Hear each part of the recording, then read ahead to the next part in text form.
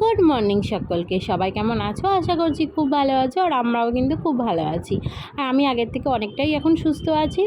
তো চলো, আমার ঘরকন্যা আরও একটি ব্লগে তোমাদেরকে অনেক অনেক স্বাগত জানাই। আর কি কোথা থেকে দেখছো অবশ্যই কিন্তু কমেন্ট করতে ভুলো না। আমি কিন্তু এখন থেকে তোমাদের কমেন্ট রোজ তোমাদেরকে ভিডিওতে পড়ে শোনাবো। তো চলো স্টার্ট করা যাক। Let's start it. আজকের ভিডিওটা আমি সকালবেলা ঠাকুর ঘর থেকে তোমাদের সাথে শেয়ার করছি।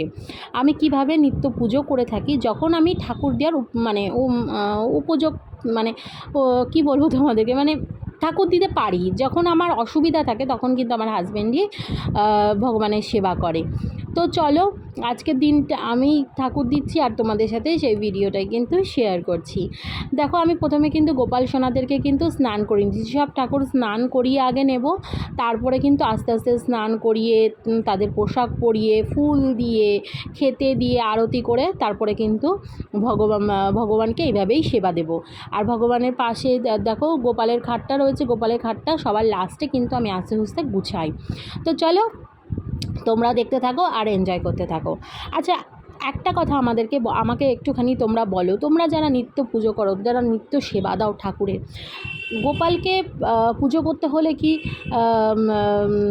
তোমার নিতেই হবে, দীক্ষা নিতেই হবে? এটা কি কোনো কথা? এটা আমি ঠিক এই ব্যাপারটা না মন থেকে মানতে পারি না। আমি কেন জানি না আমি মন থেকে মানতে পারি না, কারণ আমার মনে হয় যে গোপালকে আমরা সন্তান রূপে পুজো করি। গোপালকে আমরা কিন্তু ভগবান রূপে পুজো করি না। হ্যাঁ, ভগবানের আসনে বসিয়েছি এই কারণে, স্বয়ং ভগবান শ্রীকৃষ্ণ গোপালের হচ্ছে আরও একটি রূপ। কিন্তু গোপালকে কিন্তু অনেকে দেখবে তোমরা কোলে করে এখানে ওখানে অনেক জায়গায় ঘুরতে নিয়ে যায়। আমি হয়তো নিয়ে যাই না ঠিকই, কিন্তু আমি কিন্তু গোপালকে নিজের সন্তানের মতোই ভাবি। আমার যেমন ঘরে একটি সন্তান রয়েছে, গোপালকে আমি সন্তানের মতো ভাবি। আচ্ছা, সন্তানকে মানুষ করতে গেলে পার্টিকুলার কারোর দীক্ষার প্রয়োজন হয়? এখন তোমরা হয়তো বলবে যে দেবতাদের তো দীক্ষাগুরু ছিল। হ্যাঁ, ছিল। কিন্তু আমার মনে হয় যে ক্ষেত্রে এখনও পর্যন্ত আমার মা বেঁচে রয়েছে, আমার মা আমাকে যে জন্ম দিয়েছে সে বেঁচে আছে, আমার শাশুড়ি শ্বশুর বেঁচে আছে, যাদের থেকে আমি প্রত্যেক দিন কিছু না কিছু শিখছি, যে আমাকে হাঁটতে শিখিয়েছে, খেতে শিখিয়েছে, মানুষ করেছে, যারা আমাকে মানুষ করেছে, তা সেই সমস্ত গুরুজনরা মাথার উপরে এখনও বেঁচে থাকতে আমি কারোর দীক্ষা কেন নেব? আমি অন্য কারোর দীক্ষা কেন নেবো? আমার যদি কিছু শেখার থাকে আমি তাদের থেকে শিখব। শেখার কোনো বয়স হয় না, সারা জীবন ধরে মানুষ শেখে। তো শেখার যখন কোনো বয়সই হয় না, তাহলে আমি কেন অন্যের থেকে দীক্ষা নিয়ে কিছু শিখবো বা কিছু? আমি কারোর মতের সাথে এক নই, তাই আমি কিন্তু কোনো দীক্ষা নিইনি। আমি ভগবানকে নিত্য পুজো করি। আমার মনে হয় আমার যে মনের ভক্তি বা আমার যে মনের চাহিদা সেটা ভগবান শোনে বলেই ভগবান কিন্তু আমার সাথে আমার বিপদের সময় আমাকে সাহায্য করে। সেটার অনেক সময় ফল আমি হাতে না হাতে পেয়েছি। তাই আমার মনে হয় যে পার্টিকুলার কারোর দীক্ষা নিয়ে আমার দীক্ষা নেওয়ার আমার এখন বর্তমানে কোনো প্রয়োজন নেই।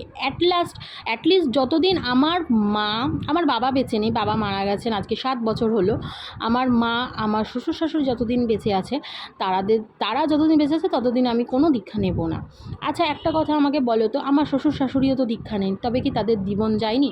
তাদের জীবন কি খুব খারাপ কেটেছে? ভালো মন্দ মিলিয়েও তো মানুষ যারা দীক্ষা নেয় তাদের কি সবসময় জীবন ভালো যায়? তাদের কি কোনো দিন খারাপ সময় আসে না? নিশ্চয়ই খারাপ সময় আসে। যেমন সুখ থাকবে তেমন দুঃখ থাকবে, এটার সংসারের নিয়মই তাই। আমার তো সেটাই মনে হয়। তো যাই হোক, দেখো এখন তোমাদের সাথে কথা বলতে বলতে আমি কিন্তু ফ্যান চালিয়ে বসিয়েছি, তো প্রদীপটা না নিভে যাচ্ছে, জানো তো, বারবার করে মোমবাতিটা নিভে যাচ্ছে। তো এখানে কিন্তু আমি তোমাদের সাথে কথা বলতে বলতে ঠাকুরের প্রায় অনেকটাই দিয়ে দিয়েছি, আর এখানে কিন্তু শঙ্খও পুইয়ে নিলাম।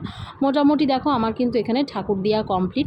তো বন্ধুরা, আমি কিন্তু এইভাবেই রোজ ভগবানকে সেবা করে থাকি।